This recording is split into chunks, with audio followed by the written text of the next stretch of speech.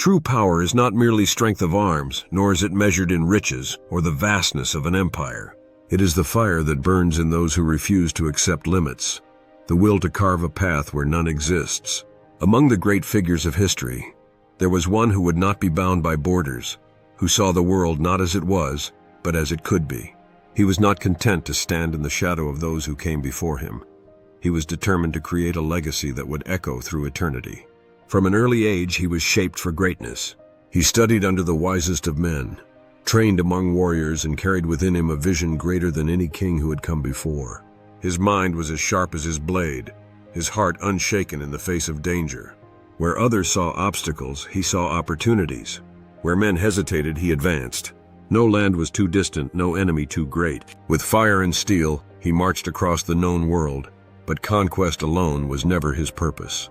He did not seek to destroy, but to unite. He brought together nations that had never before stood as one, blending cultures, ideas, and people under a single banner. He was not merely a warrior, he was a visionary, a ruler who understood that true dominance was not won by swords alone, but by the minds and hearts of those who followed. He led his armies to the edges of the world, through deserts that swallowed men whole, over mountains that had never been crossed.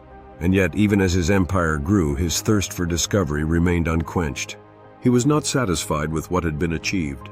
He sought what lay beyond, always pushing forward, always chasing the next horizon. Yet even the greatest among men are still mortal.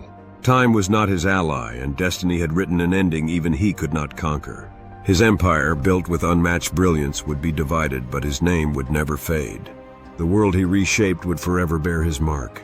He was more than a king, more than a conqueror.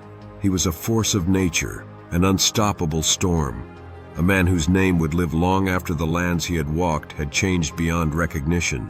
His story was one of triumph and ambition, of relentless drive and an unbreakable will. Who am I? I am Alexander the Great,